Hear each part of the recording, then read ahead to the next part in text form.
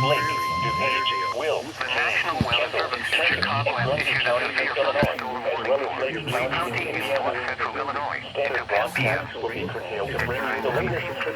Severe thunderstorms were located along a line extending from near Long Station to near Tampico, moving east at 40 miles per hour. The National Weather Service 50 miles per hour thunderstorm warning remains in effect until 1 a.m. Monday for southern Boone County. Expect damage to roofs, siding, and trees. Locations impacted include Dixon, Emily, Franklin Grove, Ashton, Phillips, Woodhaven Lake, Stewart, Nelson, West Brooklyn, Harmon, Woodland Shores, Alvena, Lee Center, and Nakusa. For your protection, move to an interior room on the lowest floor of the building.